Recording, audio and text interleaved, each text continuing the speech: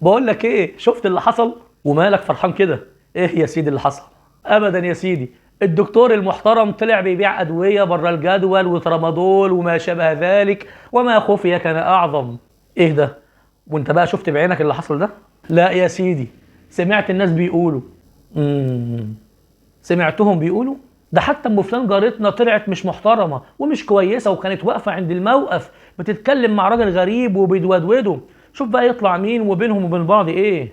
وانت بقى شفت بعينك وهما بيتودودوا؟ لا برضه سمعتهم بيقولوا. سمعتهم بيقولوا. والحاج فلان بتاع قال الله وقال رسوله طلع مدورها دولاب ومخدرات وتجارة حشيش. وانت برضه شفت بعينك؟ لا برضه سمعتهم بيقولوا. امم سمعتهم بيقولوا. واسكت، ولا مرات فلان اللي اختفت بقالها اسبوع، ايه عرفت سبب اختفائها؟ طبعا عرفت، وهي دي حاجه تستخبى؟ لا لا لا لا لا لا لا. سيب لي انا بقى الطلعه دي. ايه ده ايه ده ايه ده ايه ده انت بقى بتعرف زيي؟ اه طبعا. دي بقى ما اختفتش ولا حاجه، دي هربت مع عاشقها وكانوا مرتبينها مع بعض وسابت بيتها ورمت عيالها علشانه. ايه ده؟ وعرفت منين؟ شفت بعينك؟ لا وانت الصادق، سمعتهم بيقولوا. ايه ده ايه ده ايه ده ايه ده ايه ده؟ هو اللي بعمله في الناس هيطلع عليا ولا ايه؟ انا اللي بكذب الكذبه وعايزني اصدقها؟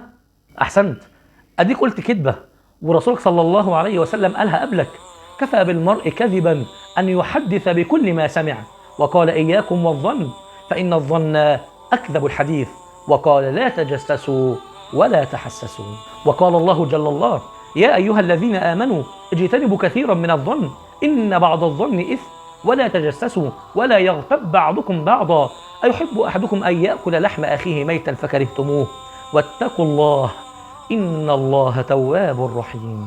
ده غير كمان الله سبحانه وتعالى سماك بالفاسق. أنا فاسق؟ طبعا، وبنص القرآن قال الله جل الله: يا أيها الذين آمنوا إن جاءكم فاسق بنبأ فتبينوا أن تصيبوا قوما بجهالة فتصبحوا على ما فعلتم نادمين. ومش كده وبس، ده كمان لابد من جلدك 80 جلدة، وليس لك حق الشهادة بين الناس، وشهادتك مرفوضة وتكتب من الكاذبين. يعني أنا فاسق وكذاب واتجلد كمان؟ طبعا، لأن أعراض الناس مش لعبة ومش سهلة. أي حد يقول سمعت من غير بينة. قال الله جل الله: والذين يرمون المحصنات ثم لم يأتوا بأربعة شهداء فاجلدوهم 80 جلدة ولا تقبلوا لهم شهادة أبدا وأولئك هم الفاسقون. ده غير كمان إنك بتكون ملعون. إيه ده؟ كمان أنا ملعون؟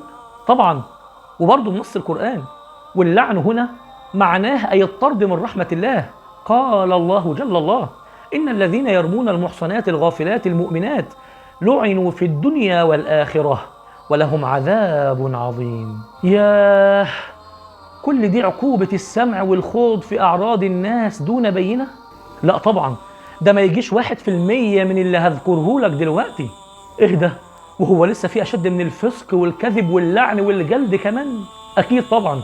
فقال عليه الصلاة والسلام: من تتبع عورات المسلمين تتبع الله عورته، ومن تتبع الله عورته فضحه ولو كان في أهل بيته. يعني دي فضيحة الدنيا، ده غير فضيحة الآخرة، لأن من ستر يستر ومن فضح يفضح. فقال عليه الصلاة والسلام: من ستر مسلما ستره الله في الدنيا والآخرة. فشوف بقى لما ربنا يسترك دنيا وآخرة. اللهم استرني بخفي ما اطلعت عليه من أسرار. اللهم امين. بس دلوقتي انت بتطلب من ربنا الستر وانت مش عايز تستر حتى على عباده. انت تعرف ان النبي صلى الله عليه وسلم قال: ان اصحاب الغيبة والنميمة يعذبون في قبورهم. يعذبوا ازاي؟ مر النبي عليه الصلاة والسلام مع اصحابه على قبر رجلين فقال: انهما ليعذبان وما يعذبان في كبير. يعني بيتعذبوا عذابا شديدا في حاجة هم ما كانوش شايفينها كبيرة. أما أحدهما كان يمشي بين الناس بالنميمة، يعني زي ما أنت بتعمل دلوقتي، عمال تخوض وتجيب في سيرة وأعراض الناس. وأما الآخر كان لا يستنزه من بوله. يا الله، للدرجة دي حاجة كبيرة قوي عند ربنا. طب أنت تعرف كمان إن صاحب النميمة لا يدخل الجنة؟ فقال عليه الصلاة والسلام: لا يدخل الجنة نمام. ياه، يعني هتحرم من الجنة كمان؟ مش بس كمان كده، ده انت كمان اكلك وشربك في النار هو عصارة اهل النار، يعني الصديد اللي بينزل من جثث بني ادم. فقال عليه الصلاة والسلام: من قال في مؤمن ما ليس فيه أسكنه الله ردغة الخبال. قلنا وما ردغة الخبال يا رسول الله؟ قال هي عصارة أهل النار. سلم يا رب سلم. كل ده علشان سمعت ونقلت الكلام؟ مش كده وبس، لسه كمان. لسه ايه تاني؟ هو فيه بعد كده تاني؟ طبعا لما صعد النبي عليه الصلاة والسلام في رحلة المعراج رأى أناس لهم أظافر من نحاس يخمشون بها وجوههم وصدورهم، فلما سأل النبي صلى الله عليه وسلم جبريل عليه السلام قال يا جبريل من هؤلاء الناس؟ قال يا محمد أنت لا تدري، هؤلاء الذين يأكلون لحوم الناس في الأرض ويقعون في أعراضهم. ياه، سلم يا رب سلم. طب انت تعرف انت كده عملت زي مين؟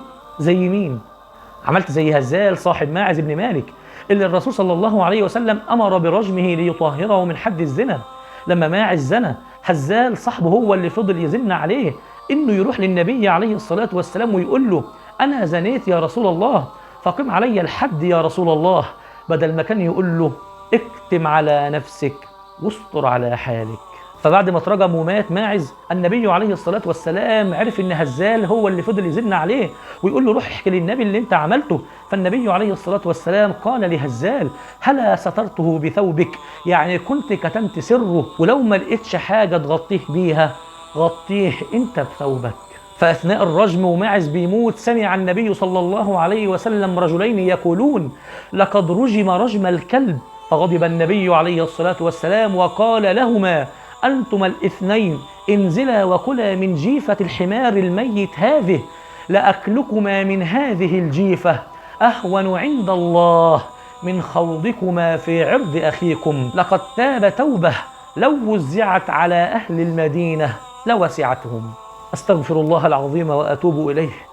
طب لو عاوز أكفر عن ذنبي ده وربنا يتقبلني ويدخلني الجنة أعمل إيه؟ بس الأول ما تقولش ذنب، لأن دي كبيرة هي من أكبر الكبائر، فهتعمل اللي النبي صلى الله عليه وسلم قال لك عليه. طب والنبي صلى الله عليه وسلم قال إيه؟ قال عليه الصلاة والسلام من ذب عن عرض أخيه أعتقه الله من النار، وفي رواية من دافع عن عرض أخيه باعد الله وجهه عن النار.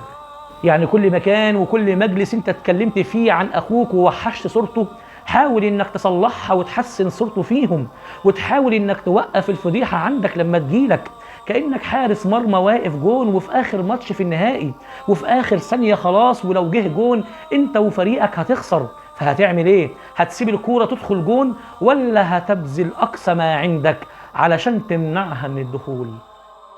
لازم تفهموا ان أسهل حاجة عند الناس هي سمعنا قالوا وقلنا من غير دليل أو بينة، ولازم تعرفوا ان صاحب الفتنة والنميمة ما يحبش المواجهة فيتكلم دايما في الظهر، ولأن الغايب لا يستطيع أن يدافع عن نفسه، لأنه لو موجود وسمع اتهامه بودنه والشبهة اللي هو متهم فيها أكيد كان هيرد وهيدافع عن نفسه ويكمل الحلقة المفقودة اللي هتوضح الصورة وتظهر لينا الحقيقة. لأن صاحب الفتنة والنميمة هيخاف من المواجهة، لو قلت له أنا هقول إنك قلت كذا وكذا على فلان، لأنه عارف إنه كذاب. فاحنا ربنا ما نصبناش على العباد علشان نكون حكام وقضاه وجلادين في وقت واحد، نتتبع عورات الناس ونتحسس ثغراتهم ونقول مين عمل ومين سوى ونرمي الناس بالباطل ونخوض في أعراضهم. فلازم تعرفوا إن محدش منا معصوم وبلا خطيئة، فالعصمة اندفنت حين اندفن خير البرية محمد صلى الله عليه وسلم، فاتقوا الله في أعراض الناس وقولوا خيرا. كن جميلا.